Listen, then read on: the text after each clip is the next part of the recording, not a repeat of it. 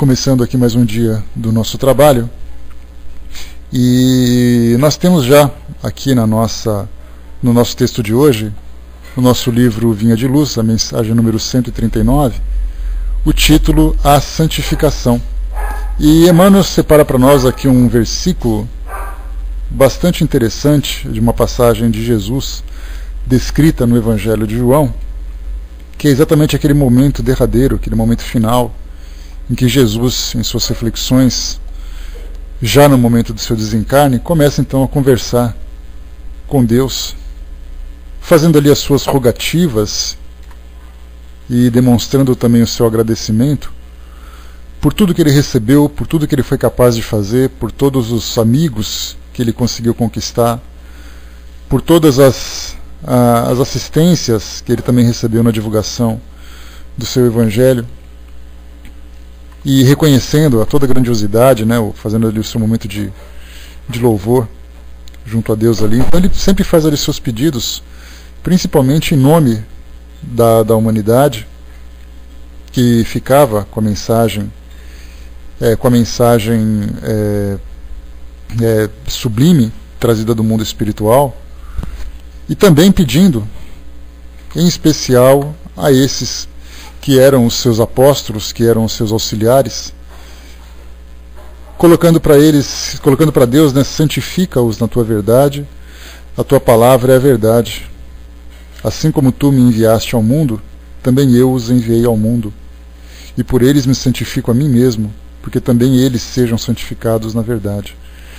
E aí então Jesus falava da importância que eles todos tiveram na divulgação dessa mensagem, a gente conhecendo um pouquinho da história dos evangelistas, das necessidades e dificuldades que eles apresentavam, né, na fragilidade inicial que eles demonstravam diante do trabalho a que foram convocados, mas que depois, ao final desse período em que tiveram a companhia de Jesus, aprendendo e também divulgando esse aprendizado, nós percebemos um amadurecimento significativo deles. Se no início eles eram temerosos, seguiam muito mais por instinto do que por consciência, do que por verdadeira vontade e intenção, passado um tempo eles começaram então a mostrar aquele amadurecimento. Demonstravam um grande crescimento, demonstravam um conhecimento profundo, capazes inclusive de fazer aquilo que o próprio mestre fazia. E aí então, antes de ir embora, olha, Brás, eu acho que a gente não é capaz de dimensionar o tamanho da coragem que eles tiveram, o tamanho do trabalho que eles tinham que realizar, porque não era apenas você sair falando como a gente faz hoje. É muito fácil nos tempos atuais. Você pega ali sobe numa tribuna, pega um microfone e pega qualquer canal de comunicação e começa a falar suas ideias de fé, suas ideias religiosas. Mas naquela época se vivia um pensamento completamente diferente do que era hoje. E o trabalho que eles tinham que realizar não era apenas de você falar como se fosse você vender um produto. Você tinha que falar, você tinha que demonstrar também a sua certeza, as suas convicções naquilo que vinha sendo demonstrado por Jesus, e também enfrentar toda a resistência que se tinha naquela época, né? E essa resistência, a gente lembra que era uma resistência cultural, era uma resistência política, era uma resistência religiosa também, uma resistência até pessoal, já que naquela região ou você tinha o judaísmo como uma religião dominante, ou você tinha o politeísmo greco-romano, né, do panteão greco-romano. Então, quando você começa a trazer uma nova mensagem, contrariando aquilo que é tradicional, e muito mais demonstrando, através dos ensinamentos cristãos, uma igualdade que não era aceita naquela região. Porque ali havia uma hierarquia muito grande, era quem tinha mais poder, era quem tinha mais riqueza, né? Então você dizia assim, olha, ele pode ter poder, ele pode ter riqueza, mas ele é igual a você que é escravo. E isso chocava, de certa forma, aquele local, né, aquela região, aquela cultura, porque contrariava tudo aquilo que eles estavam acostumados a viver, inclusive eles mesmos, pessoalmente, que viviam aquela religião dentro dos seus lares, em suas vidas pessoais. né? Então até a idade em que eles foram convocados, cada um com uma idade diferente, eles viviam essa cultura assim sem nenhum tipo de questionamento. Aí depois Jesus chega e fala assim, olha, vem comigo que você vai aprender coisas novas, você vai começar a divulgar coisas novas. Eles tinham que enfrentar primeiro, acima de tudo, as próprias convicções que estavam sendo transformadas. Depois começar a enfrentar as convicções das pessoas e a própria resistência. De você falar com um certo constrangimento, de você falar com certo medo, com certo receio. E era necessário fazer isso, né? Era necessário você demonstrar na prática aquilo que você acreditava. E hoje nós percebemos que muitas vezes a gente fala alguma coisa, mas procura falar com quem aceita. Com quem não aceita a gente vira as costas e vai embora. Naquela época você tinha que falar para todo mundo em praça pública. Então você se expunha a todo tipo de crítica, a todo tipo de agressão, e muitos deles passaram por isso. Então acho que a gente não tem ideia de como eram, de qual era o grau de dificuldade que eles enfrentavam. Por mais que a gente assista hoje aos filmes, né, porque a gente pode perceber assim que quando você vê um filme produzido, principalmente filme trazido pelo catolicismo, pela religião evangélica e tudo mais, eles sempre trazem as coisas com um lado muito positivo, com um lado muito nobre, com um lado muito belo. Então tem alguém que faz uma crítica, então ele dá uma resposta e sai sempre com aquele, vamos dizer assim, sai por cima da história, porque ele foi romanceado, e sempre com aquele romance demonstrando sempre a vitória, demonstrando sempre a glória, né, com uma certa tendência, favorecendo a crença que é apresentada. Eu assisti a muitos documentários e a muitos filmes que foram produzidos sobre a vida dos apóstolos, e é sem dúvida nenhuma mostrando que são os heróis, que eles são sempre os vencedores, que tudo foi muito fácil. Mas a realidade é completamente diferente. Certamente eles saíram vitoriosos, tanto saíram como até hoje a mensagem de Jesus continua presente no nosso mundo, mas assim, as dificuldades que eles enfrentaram, isso não pode ser representado num filme. É só estando lá, vivendo o que eles viveram e fazendo o que eles fizeram. Aí a gente vai conseguir entender a dimensão dessa dificuldade. Né? Olha a responsabilidade de Jesus, alguém o queria seguir e ele mandou voltar e cuidar da sua família. Né? Exatamente porque cada um tinha ali o seu papel. A gente lembra que o trabalho de Jesus foi um trabalho programado nos seus detalhes mais íntimos, né? Nos seus detalhes mais minuciosos, para que aqueles que tinham sido selecionados, eles sim tinham essa responsabilidade. Os demais tinham que viver suas vidas, porque não adianta você abrir mão de uma tarefa que você abraçou, no caso uma tarefa de responsabilidade familiar, de responsabilidade pessoal, e você de repente abrir mão de tudo isso e sair pelo mundo afora, como a gente imagina, né, como muitos missionários entram nessa linha de conduta, né, não, porque a minha missão é fazer divulgação, e você tem missões muito mais próximas, muito mais importantes do que você sair fazendo divulgações. Muitas vezes você tem um conflito familiar antigo que precisa ser resolvido, um cuidado familiar, ou a dissolução de laços bastante negativos, e você abre mão de tudo isso para poder fazer divulgação. Na verdade, é muito mais uma fuga do que você cumprir aquele compromisso. Então esses espíritos que foram escolhidos para fazer esse trabalho, eles já vinham ali com uma missão pré-determinada e também com tudo ajeitado do jeito que deveria ser para fazer esse trabalho. Então eles eram, sem dúvida nenhuma, espíritos com muito conhecimento, espíritos com desenvolvimento bastante elevado, que a gente infelizmente não consegue ainda dimensionar, mas por tudo aquilo que eles disseram, e tudo aquilo que eles fizeram, e até mesmo também nos textos que nós lemos, eles fazem relatos. Então, pessoalmente, a gente não tem assim uma descrição da personalidade de cada um, o que eles pensavam, porque eles fizeram...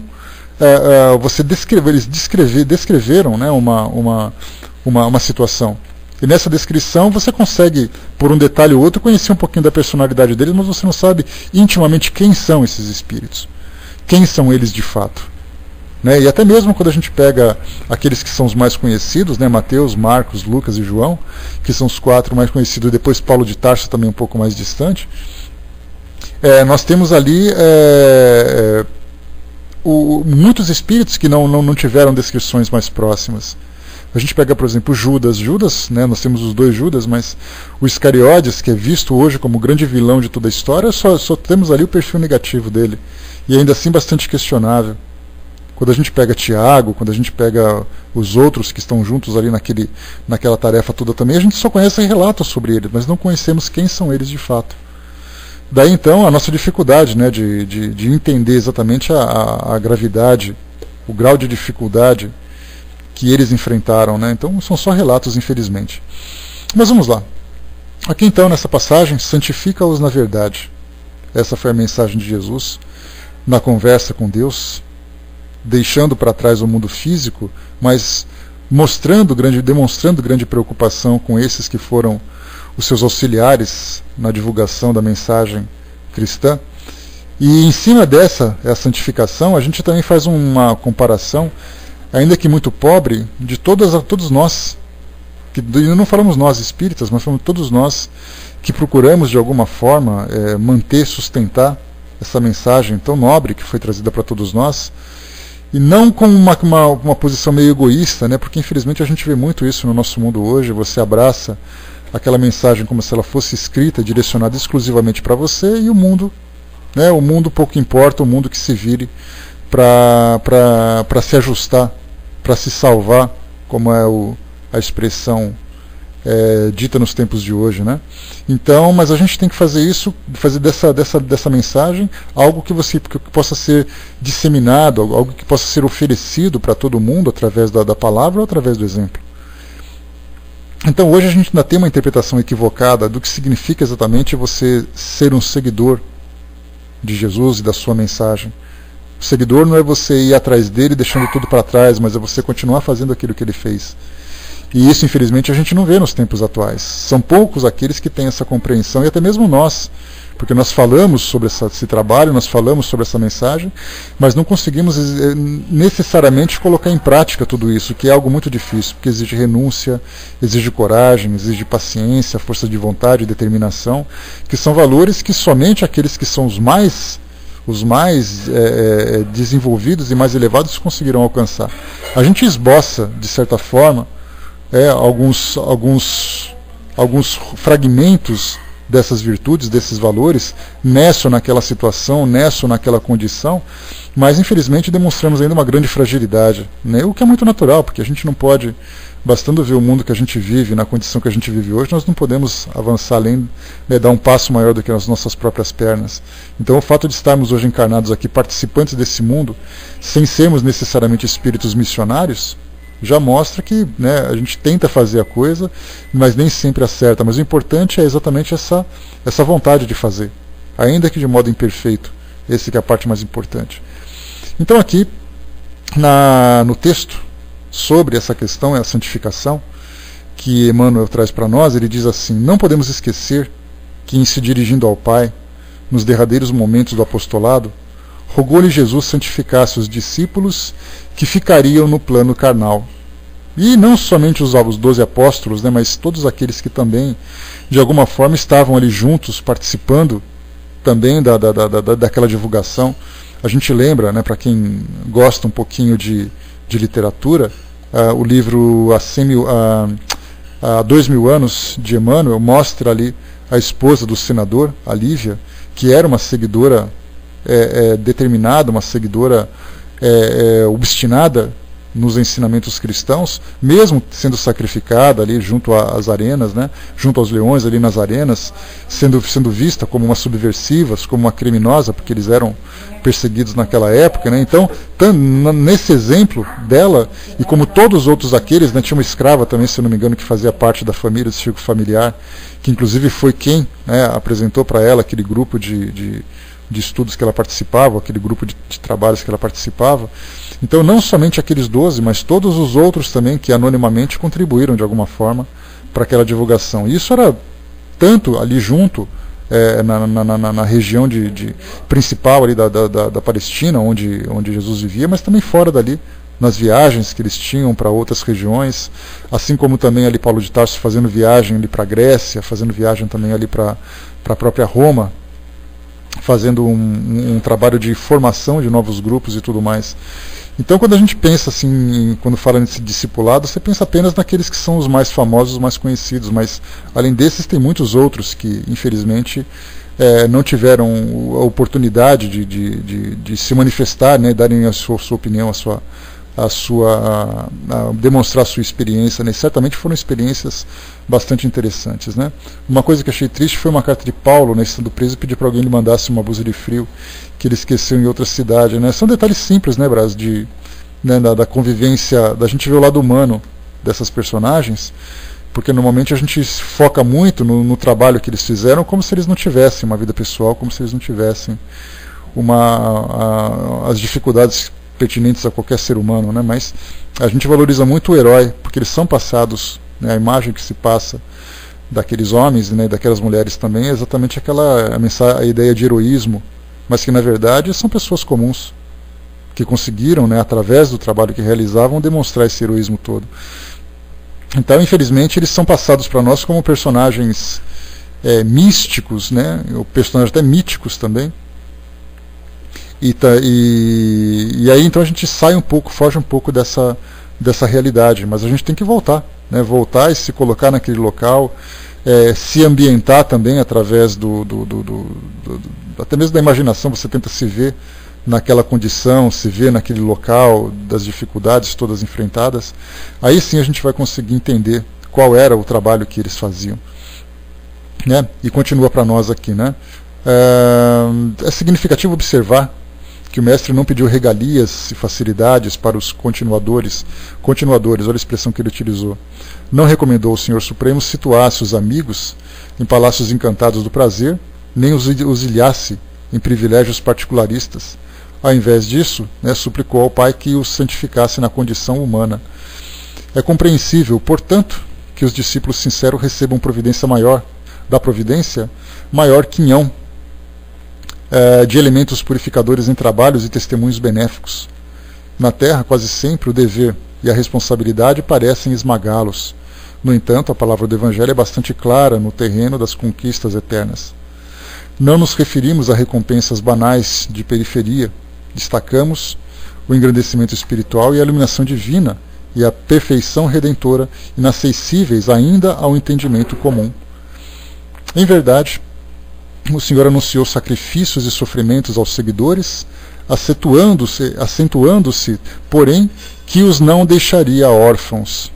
Seriam convocados a interrogatórios humilhantes, contudo não lhes faltaria sublime inspiração. Seguiriam atribulados, mas não angustiados, perseguidos, mas nunca desamparados. Receberiam golpes e decepções, mas não lhes seriam negados a esperança e o reconforto. Suportariam a incompreensão humana, todavia os desígnios superiores agiriam em favor deles. Sofreriam flagelações no mundo, no entanto, suas dores abasteceriam os celeiros da graça e da consolação para os aflitos.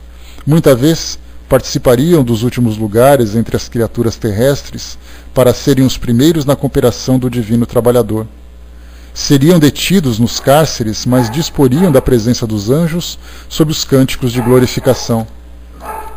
Carregariam cicatrizes por sinais celestes, tolerariam sarcasmos em honroso serviço à verdade. Perseguidos e torturados, representariam as cartas palpitantes do Cristo à humanidade. Servos sofredores e humilhados no campo carnal, marchariam assinalados por luz imperecível. Escalariam calvários de dor, suportando cruzes, encontrando, porém, a ressurreição coroados de glória. Efetivamente, pois, os colaboradores do Evangelho são, de modo geral, anônimos e desprezados nas esferas convencionistas da Terra. Todavia, para eles, repete o Mestre, em todos os tempos as sublimes palavras: sois meus amigos, porque tudo quanto ouvi de meu Pai vos dei a conhecer. Muito bem, bom dia pessoal que chegou. Aqui então é uma visão diferente que nós temos hoje, quando nós nos consideramos também seguidores e continuadores, não apenas seguidores, porque tem uma diferença significativa quando a gente começa a se analisar dentro desse contexto doutrinário em que nós nos encontramos, e isso serve para todas as religiões, mais uma vez, mas a gente foca no nosso estudo, no trabalho que a doutrina nos passa. Nós observamos hoje, numa realidade, uma necessidade muito grande que as pessoas demonstram, uma carência muito grande de auxílio para poder fazer com que o sofrimento e as angústias que eles acabam sentindo em suas vidas pessoais sejam aliviadas. E nós vemos muito isso hoje. Você vai num centro espírita, num dia de grande movimentação, e começa a dar aquela paradinha, fica encostado ali no canto do centro, ali como quem não quer nada, e começa a observar. E aí então a gente vai ver aquela multidão indo e vindo de um lado para outro, em busca de esclarecimento, em busca de ajuda, em busca de alívio. Esses são os seguidores de Jesus, aqueles que vão em busca da palavra, sedentos dessa mensagem, para aliviar o seu sofrimento, porque é exatamente aquela ideia do paraíso, aquela ideia da paz, da tranquilidade que sempre foi prometido, e as pessoas vão em busca dessa mensagem. E aqui então ele fala sobre continuadores, que são aqueles que buscam, na verdade, não apenas a mensagem para poder se beneficiarem de alguma forma, mas principalmente aqueles que procuram dar continuidade no trabalho, na tarefa a que se comprometeram, como acontecia com os próprios discípulos. Então há aqueles que esperam a ajuda e há aqueles que se disponibilizam também a prestar essa mesma ajuda. Esses são os continuadores. Dentro da doutrina nós também nos vemos assim. Nós nos vemos assim pelo seguinte motivo. A mensagem diz para nós que nós temos que receber essa mensagem do entendimento do mundo espiritual e divulgá-la de alguma forma para as pessoas que também precisam de ajuda. Então, na verdade, nós também nos vemos como discípulos de Jesus, dando continuidade na sua obra, disseminando a sua mensagem, como fizeram também aqueles que no passado, montados em burricos, a pé e fazendo ali grandes jornadas, continuam também fazendo essa divulgação. Então nós podemos nos classificar de duas formas: ou nós somos seguidores pelas nossas necessidades, ou somos continuadores pela nossa vontade. De certa forma nos encontramos nas duas condições.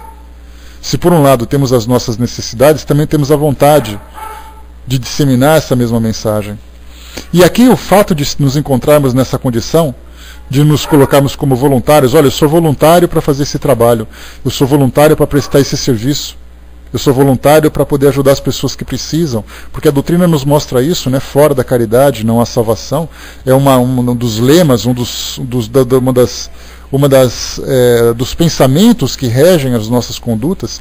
E quando eu falo em caridade, todos nós nos prestamos a esse tipo de serviço. Mas o fato de nos encontrarmos na condição de prestadores de serviço não nos tira também na condição de espíritos passando pelo processo de aperfeiçoamento, passando por um processo de transformação. Então é muito natural, nós já fizemos um estudo sobre isso e chamamos muito a atenção a esse respeito. Pessoal, me dá só um instantinho, um minutinho só, por gentileza. Só um instantinho, já estamos voltando. Oi pessoal, pronto, resolvemos aqui rapidamente, desculpem a interrupção. Então nós já conversamos sobre isso numa oportunidade, num estudo anterior, que nós fazemos uma avaliação. Nós pensamos assim: poxa vida, mas por que a minha vida é tão complicada? Eu sou médium, eu sou um trabalhador da casa espírita, eu sou uma pessoa que faz caridade, e mesmo assim a minha vida não se resolve, mesmo assim eu continuo enfrentando dificuldade de saúde, mesmo assim eu continuo enfrentando dificuldades nos meus relacionamentos, algumas vezes eu não consigo ter um emprego porque nada dá certo, mas eu me dedico tanto na divulgação, no trabalho de amor, no trabalho de caridade, de esperança para as pessoas, por que a minha vida não dá certo? É uma pergunta que a maioria de nós fazemos, que a maioria de nós faz.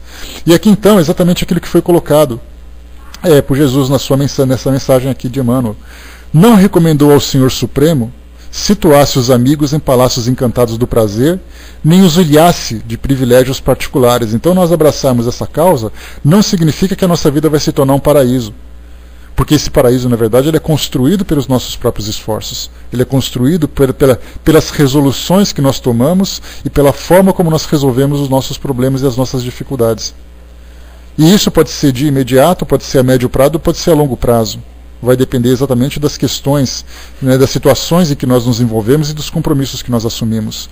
Mas nós temos essa ideia que a partir do momento em que você entra para uma religião, que você entra para uma doutrina e você começa a trabalhar e se dedicar a ela, dá a impressão de que miraculosamente todas as questões vão se resolver. Os nossos desafetos, de repente do nada, vão começar a nos amar como nunca amaram.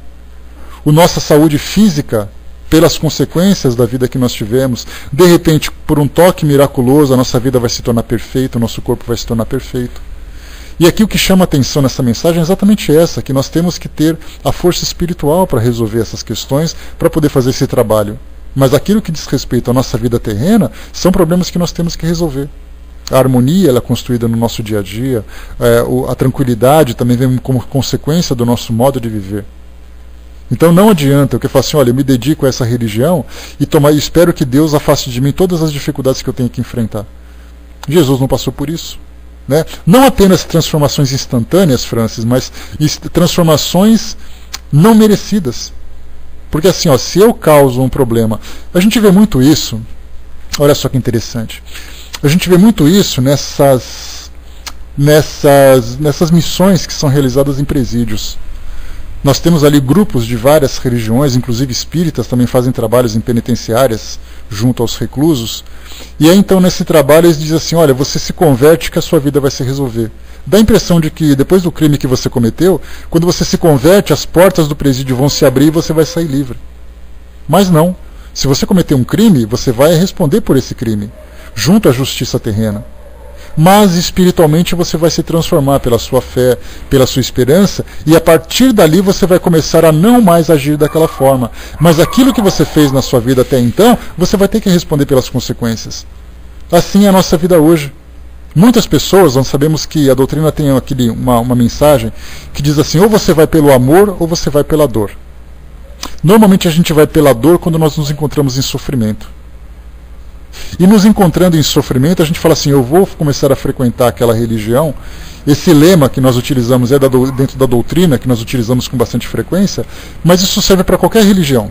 As pessoas buscam a religião quando elas estão com dificuldades. Então elas buscam em Deus, por falta de esperança, nas soluções terrenas, para que aquilo que elas precisam para resolver suas vidas pessoais. Então elas vão em busca desse auxílio pelas dificuldades que elas enfrentam. Mas elas esperam que o fato de elas seguirem aquela religião, os problemas vão se resolver. Sendo que, na verdade, é ela que tem que tomar decisões para resolver os seus problemas. Pessoas vão nas religiões com doenças graves, por exemplo, ou com desemprego, e aí então chegam na religião e falam assim, olha, Deus me ajuda a resolver isso. Aí eles esperam que uma doença que muitas vezes é grave e precisa de um tratamento médico demorado, vai se curar simplesmente porque você se converteu para aquela religião. Mas a gente sabe que todas as doenças, todas as dificuldades que nós enfrentamos no nosso corpo físico são consequências daquilo que nós já vivemos de equívoco no passado, ou no presente das decisões. Daí então, se nós queremos tratar uma doença, que nós busquemos primeiro nos reformar intimamente, e depois a assistência de tudo aquilo que nós temos na ciência terrena. Se você está desempregado, é importante que você se prepare adequadamente para buscar um novo emprego. É importante que você persistentemente vá em busca de uma vaga para que você possa ocupar e possa ter sua vida equilibrada. Mas normalmente a gente vai assim num centro, ou seja lá onde for, e diz assim, eu preciso arrumar um emprego, como se Deus fosse desempregar alguém para poder nos empregar. Então, na verdade, os trabalhos do mundo físico continuam dizendo respeito a nós mesmos. O que, na verdade, o discípulo, o que ele consegue espiritualmente, ele vai colher depois no futuro. Mas, fisicamente, esse trabalho depende dele. O Francis a Peregrina colocou para nós, né, o discípulo, o buscador prova a si mesmo que é capaz de superar as dificuldades com sabedoria. E aí ele se encontra a sua mais importante mensagem, que será observada pelos demais. Né? O que a gente percebe também, Peregrina, é aquilo, né, da impressão de que quando a gente se afilia com Jesus, a gente começa a ter privilégios com ele. Eu sou amigo do homem, então sabe como é que é, ele vai tirar toda a dificuldade de mim. Já você que não é, então isso é um problema seu. Então dá a impressão de que Jesus ali consegue faz aqueles favores especiais para aqueles que ficam ali adulando, sendo que na verdade todos nós somos merecedores dessa assistência. Vai depender do trabalho que nós fazemos para poder resolver, para poder transformar aquela realidade. O Francisco colocou, mas o espírita consciente não diz isso ao detento, e sim abre oportunidade para um recomeço. Sim, né, de um modo geral sim, mas a gente sempre coloca aquela ideia da doutrina da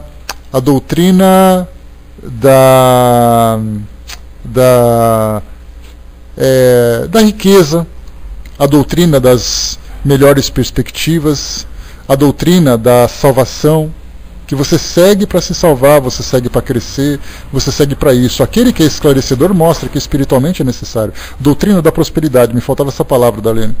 Então é assim, ó, você segue aquela religião porque você vai prosperar, mas é uma prosperidade material que passam para nós. Você vai ter um emprego, uma casa melhor, você vai ter saúde, a tua família vai melhorar, mas não é aquela prosperidade espiritual. Essa que é a grande ilusão que infelizmente é transmitida para nós. O Alexandre colocou, né, vida espiritual, né, vida diária andam juntas, né? Eu passei alguns anos cuidando do meu lado espiritual, agora tenho que cuidar do lado financeiro, mas as coisas estão caminhando bem por conta das minhas atitudes, né? Deixa eu ver aqui rapidamente. Das minhas atitudes, as quais aprendi, muitas aqui mesmo, né? Todos os dias estava aqui, tudo é construção nossa, né? Ora damos prioridade aqui, ora ali, mas as coisas caminham juntas, né? É uma construção que nós fazemos, é uma conquista, na verdade, né? Então, quando a gente lembra que esses favores, esses privilégios, só pelo fato da gente passar por essa ideia de adulação, por essa ideia de favorecimento, essa ilusão é passada e as pessoas aceitam isso como uma realidade. E quando a gente fala que a felicidade é uma conquista, essa conquista significa, olha, eu estou renunciando, eu estou me sacrificando, eu estou perseverando. E aí sim eu começo a construir de fato essa felicidade que eu desejo. Ela não é uma concessão, ela não é um favor, ela não é um presente, ela é uma conquista, é uma recompensa por aquilo que nós fizemos. E aí sim a gente tem a realidade. A Nininha colocou, eu sinceramente vejo aquilo que Jesus nos alertou, né? Quem muito foi dado, muito será cobrado. Todos nós vemos pessoas também no Espiritismo se transformar sim, mas também ainda não somam-se. E se dividem a doutrina, né? E são pontos de vista, né? Coisas são ali questões humanas que infelizmente a gente nós acabamos nos equivocando, né? Armando lembrou, né, a doutrina da graça ou prosperidade, né, pregada, né, nas igrejas evangélicas e muitos grupos espiritualistas de modo geral. Isso não é só uma visão deles, muitos de nós vemos assim também. Você começa a frequentar o centro espírita como se isso fosse resolver sua vida. E essa mensagem de que vem para cá que a gente vai resolver o seu problema, também é da mesma forma. Vai com Deus então, Ale. A gente se vê na próxima, querido. A gente também vê essa mensagem transmitida dentro do nosso meio de um modo equivocado, naturalmente. E ele continua assim, é compreensível, portanto, que os discípulos sinceros recebam da providência maior quinhão de elementos purificadores em trabalhos e testemunhos benéficos. Olha só, trabalhos e testemunhos benéficos. São aqueles testemunhos em que eu falo assim, olha, eu estava sofrendo, mas eu consegui resolver aquela dificuldade, eu consegui vencer. E não dizer que o outro resolveu, e esse outro a gente classifica como sendo Jesus, como sendo Deus. Não, ele resolveu o meu problema, eu resolvi. É esse testemunho, olha, eu estou sofrendo, eu estou com dificuldade, eu estou chorando, mas eu estou ali, ó, firme, eu estou forte, eu estou inteiro, eu estou em pé. Eu continuo amando, continuo divulgando, continuo tendo essa certeza, apesar das dificuldades. É muito natural nós desistirmos dessas buscas. Foi feita uma pesquisa recentemente por uma dessas revistas de circulação nacional, falando sobre a migração de pessoas para as diversas religiões. E aí então mostra que ele estava numa religião, passou para outra, e isso caracterizava o quê? Uma insatisfação, porque aquela religião não deu o que ele queria. Então ele passou para outra, e foi passando para outras religiões para tentar encontrar uma forma de resolver suas dificuldades. Então continua ainda buscando essa ideia de salvação dentro das escolas religiosas. E aqui então quando se fala, na Terra quase sempre o dever e a responsabilidade parecem esmagá-los. No entanto, a palavra do Evangelho é bastante clara no terreno das conquistas eternas. Não nos referimos a recompensas banais de periferia. Destacamos o engrandecimento espiritual, a iluminação divina e a perfeição redentora, inacessíveis ainda ao entendimento comum. Esse é o grande problema que a gente encontra hoje. Da gente pensar assim, aquele grupo, quando você vai para uma atividade religiosa, você vai para um encontro religioso, espiritual, e aí as pessoas dizem assim, escuta, muito bem, eu estou aqui, pretendo ser adepto, pretendo seguir a essa filosofia, e a resposta é, o que eu ganho em troca? Aí você fala assim, meu filho, você vai crescer espiritualmente, você vai receber a iluminação divina, e você vai sentir também a perfeição redentora. As pessoas falam, é isso que eu vou receber? Não basta para mim. O que eu quero, na verdade, é ter conforto, é ter tranquilidade, é ter um bom emprego, ter ali minha família harmonizada. Tudo isso que eu quero. Eu não quero saber dessa coisa de engrandecimento espiritual. Tá, obrigado, filhinho. Obrigado, Cindizinha. Porque isso tudo é algo fora da minha realidade. Porque a nossa realidade é uma realidade material. Nós vivemos esse mundo material e nós temos uma dificuldade muito grande de expandir a nossa mente para entender a nossa realidade espiritual. Daí então, quando ele fala para nós aqui que inacessíveis ainda ao entendimento comum, nós também nos colocamos nessa mesma condição. Porque todos nós buscamos felicidade dentro de uma tranquilidade material. Eu não tenho preocupações, eu ponho minha cabeça no travesseiro, está tudo pago, está tudo muito tranquilo, está tudo harmonioso, não tenho problema com ninguém e estou feliz. Sendo que, na verdade, esse alcance espiritual vai muito além daquilo que a gente entende ainda. Temos uma dificuldade muito grande. E praticamente, podemos dizer que a esmagadora maioria dos habitantes do nosso planeta vivem ainda dentro dessa felicidade material. E não tiveram ainda a capacidade de entender o que são esses valores espirituais que nós estamos tentando assimilar. Temos ainda uma dificuldade, eu tenho uma dificuldade muito grande ainda. Eu entendo o que pode ser, eu entendo qual é o caminho, mas é difícil a gente alcançar isso tudo. Porque para a nossa realidade é outra. Estarmos imersos num corpo físico tira de nós muitos dos, digamos assim, das habilidades, né, ou dos recursos que a gente possa, para que a gente possa captar esse entendimento mais profundo dessa realidade diferente da nossa aqui hoje. Né, os nossos sentidos ainda só nos oferecem ainda alcance para aquilo que é palpável para nós ainda. Né? Eu preciso, por exemplo, ver alguma coisa bonita, eu preciso sentir um certo conforto, uma tranquilidade, eu preciso ter à minha volta a matéria que me proporciona esse tipo de conforto. Aí então, quando eu fecho os olhos e começo a imaginar essa felicidade espiritual dentro desse mundo físico, aí eu estou pensando no paraíso, eu estou pensando na tranquilidade, aí eu abro os olhos, vejo uma conta de luz em cima da mesa para eu pagar e falo assim, ai meu Deus do céu, lá vem a conta de luz. Acabou a minha tranquilidade espiritual. Então a gente fala assim, muito bem, a conta de luz está ali para eu pagar, eu vou fazer o que eu puder, mas eu vou continuar mantendo o meu equilíbrio íntimo, mantendo o meu equilíbrio espiritual. Aí então a gente vai se desapegando, não tirando... Desapego não significa irresponsabilidade. Eu dou ao valor desses compromissos do mundo físico o valor que ele merece. E dou aos valores do mundo espiritual os valores que eles merecem.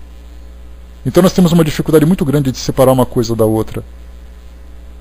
E isso vem com as dificuldades e também vem com a felicidade que nós desejamos buscar. E aí então quando Emmanuel coloca para nós sobre essas recompensas banais de periferia, ele destaca esses valores espirituais. E ele coloca assim, em verdade o Senhor anunciou sacrifício e sofrimentos aos seguidores, acentuando, porém, que os não deixaria órfãos, ou seja, estava previsto que eles passariam por dificuldades, até mesmo como testemunho de fé. Olha, você não é melhor do que ninguém, então você vai demonstrar que você vai lutar tanto quanto todo mundo. Você vai mostrar que a sua vida é tão igual como a de todos. A gente tem aqueles que são mais próximos a nós, e eu gosto sempre de ter como referência Chico Xavier, que se demonstrou um dos grandes trabalhadores da mensagem de Jesus, e a gente fala na questão do amor, a gente fala na caridade, que ele deu um exemplo para todos nós, e a gente pensa que a vida dele era cor-de-rosa. E não era, pelo contrário, ele tinha ali tantas dificuldades como qualquer um. Tem pessoas que não tinham a missão que ele teve, a missão de divulgar essa mensagem como ele teve, que tem uma vida muito mais tranquila do que a dele. E a gente fala assim, poxa, a vida dele faz tanto, mas ele sofre tanto também, por quê? Porque ele não era privilegiado de ninguém. Ele não é mais privilegiado. A gente pensa de Madre Teresa, que fez aquele trabalho belíssimo de divulgação da mensagem cristã pelo mundo afora. Pelo mundo afora, foi uma mensagem mundial que ela conseguiu, foi um alcance mundial que ela conseguiu ter. E ela, então, a gente pensa que a vida dela era tranquila. A vida dela era cheia de dúvidas, cheia de angústias, cheia de sofrimentos morais que a gente sequer consegue imaginar. A gente pensa Gandhi, que conseguiu fazer o que ele fez naquela questão da libertação do país que ele vivia, da Índia, e de repente a gente pensa assim, mas ele era um espírito elevado, ele viveu tranquilamente. Vocês não imaginam a dificuldade que ele passou. Então, na verdade, esses seguidores vivem as mesmas dificuldades que qualquer pessoa comum vive. A diferença é que intimamente eles têm ali uma estrutura diferente, pela compreensão que eles conseguiram alcançar. A Madre Teresa vivia essa aflição de dizer que não conseguia sentir Deus e por isso ela sofria muito por isso. E aqui então nós temos, seriam convocados a interrogatórios humilhantes, contudo não lhes faltaria sublime inspiração. Esses interrogatórios humilhantes seriam, na verdade, os debates, os questionamentos que as pessoas escutam, mas se você é espírita, se você é cristão, por que você faz isso, por que você faz aquilo? Começa então a questionar, né? E esses questionários, esses interrogatórios muitas vezes não alcançam, as respostas que nós damos não alcançam as expectativas das pessoas que fazem. Então, quer dizer, nós passamos por constrangimentos terríveis. Seriam atribulados, mas não angustiados. Quando se fala atribulados, quer dizer, tem dificuldades, mas não angustiados, porque a fé, porque o equilíbrio daria para nós sustentação. Mas infelizmente muitas vezes a gente passa por atribulações e também sofre as angústias dessas atribulações. Aqueles aborrecimentos que nos chateiam, que nos deixam deprimidos, que nos deixam desequilibrados, então a gente se deixa afetar, na verdade, por essas dificuldades. Suportariam a incompreensão humana, todavia os desígnios superiores agiriam em favor deles. E aqui então, de tudo aquilo que a gente falou, flagelações no mundo, participariam dos últimos lugares entre as criaturas terrestres, né? Lembrando que quando se fala em lugares no mundo físico, a gente fala assim de poder, de riqueza, de beleza. Aquele que se preocupa mais com o seu desenvolvimento espiritual não tem preocupação com esses valores. Não me importa se eu sou rico ou não me importa se eu sou bonito ou não, o que importa é que eu tenho dentro de mim essa certeza, essa fé. Mas a gente ainda precisa assim, olha, eu quero ter a minha fé, mas se eu for uma pessoa importante entre os homens, melhor ainda. Não precisamos ter essa ambição. Claro que a gente fala isso na teoria, mas infelizmente os nossos valores ainda nos estimulam a isso. Todo mundo gostaria de ser importante na sua área profissional, na sua área pessoal. Dificilmente a gente abriria a mão desse orgulho de sermos importantes de alguma forma para as pessoas. Até mesmo dentro da doutrina. Eu gostaria de ser importante dentro da doutrina, um médium reconhecido, um palestrante reconhecido, um dirigente reconhecido, um estudioso reconhecido. Então a gente tem ainda esse orgulho, né, essa nossa vaidade que continua nos estimulando e falando para todos nós que esse é o objetivo que a gente tem que ter, mas a gente vai se desapegando cada vez mais. É essa humildade que precisa ser trabalhada. Né? E há então várias situações que a gente veria aqui sobre sarcasmos, sobre calvários, sobre torturas morais, né, psicológicas que muitas vezes passam, mas a gente pensa assim, olha, tudo isso vai acontecer, mas se a gente mantiver a nossa mente sempre voltado para o mundo espiritual, para o futuro espiritual que a gente tanto busca, a gente vai conseguir lidar com essas dificuldades com mais equilíbrio. Não é fácil, a gente não vai conseguir abrir mão disso de uma hora para outra. Mas o fato da gente direcionar os nossos esforços para isso, olha, eu estou vivendo essa dificuldade, mas eu sei que quando o meu tempo no mundo físico acabar, eu vou levar comigo todas as conquistas morais que eu consegui ter aqui hoje. Mas é difícil para nós ainda imaginar assim, olha, no futuro vai ser assim, mas no hoje eu posso sofrer com resignação. Essa resignação vai sendo trabalhada todos os dias. Então, todo mundo padece das suas dificuldades. Ninguém é imune às dificuldades, aos desafios do mundo físico. Por isso que nós estamos aqui hoje no mundo qualificado como provas e expiações. Mas viver bem as nossas provas e superar bem as nossas expiações, isso sim vai nos dar essa conquista que todos nós queremos alcançar. Essa conquista íntima, espiritual, que eu posso conquistar agora. Essa paz, essa tranquilidade, esse equilíbrio, eu posso viver agora. Eu não preciso ter essa ambição de esperar que só quando eu desencarnar que isso vai surgir. É uma conquista de agora, desse momento. E é isso que nós precisamos buscar então. Então Jesus coloca para nós nessa nossa mensagem que todos nós sejamos santificados na verdade. Na verdade, na mensagem edificante, na mensagem de elevação espiritual, apesar de todos os obstáculos e todos os desafios que nós temos que transpor aqui no nosso mundo físico. É essa santificação que Jesus deseja para todos nós e é essa santificação que nós devemos buscar através da nossa fé, através da nossa certeza, através das nossas convicções.